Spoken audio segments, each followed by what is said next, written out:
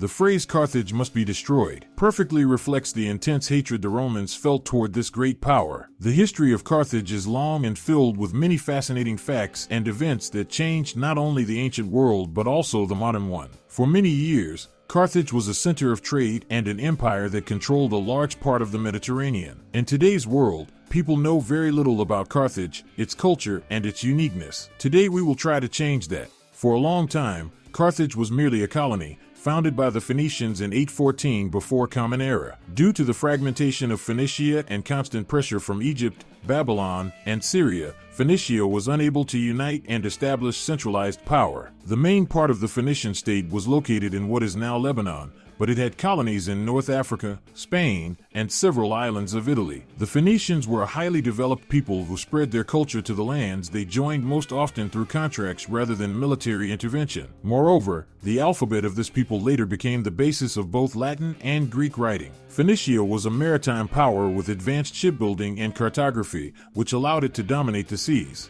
Carthage had an extremely advantageous geographic location on the coast of the Gulf of Tunis, which allowed it to become a key link between East and West. The territories of Carthage were rich in metals and fertile lands, enabling it to become a powerful maritime power, much like the Venetian Republic in the Middle Ages. Power in Carthage was not concentrated in the hands of one person but was held by the Senate and consuls. Carthage adopted cultural traits from its neighbors, such as architecture, jewelry, craftsmanship, and religion. Militarily, Carthage differed significantly from Rome. Its army was primarily made up of mercenaries. This policy greatly saved manpower, but it often posed a risk. For example, in 240 before Common Era, the mercenaries staged a serious revolt that was suppressed with great difficulty. The population of Carthage was around 600,000 people, consisting of many ethnic groups: Phoenicians, Greeks, Egyptians, and others.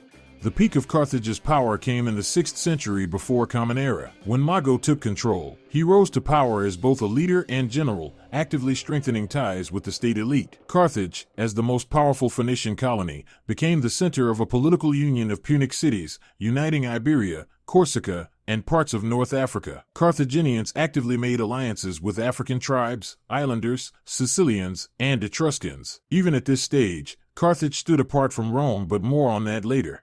Rome and Carthage first clashed over Sicily, as this island was a key point for control of the region. All of this inevitably led to conflict. But how did Rome manage to challenge Carthage at sea? At the start of the war, Rome had virtually no navy or experienced commanders. However, thanks to its vast resources and advanced technologies, Rome managed to build a massive fleet and adapt its army to naval warfare. The First Punic War ended in victory for Rome, allowing it to solidify its maritime influence and become a naval power. Carthage, on the other hand, suffered heavy losses and faced a mercenary uprising. All of this laid the groundwork for the Second Punic War.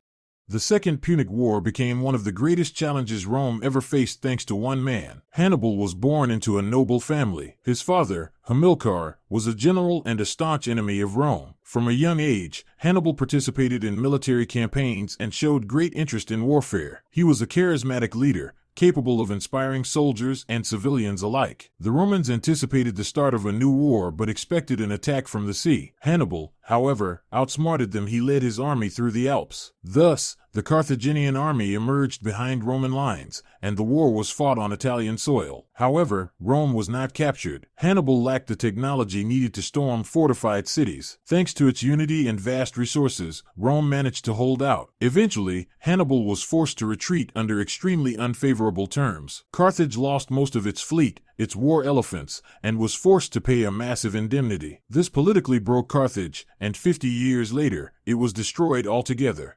Although Carthage had lost its military power, it quickly recovered economically, something that greatly displeased the Roman government. The Romans provoked a new war and then besieged the city. After a 3-year siege, the city was finally taken and completely destroyed.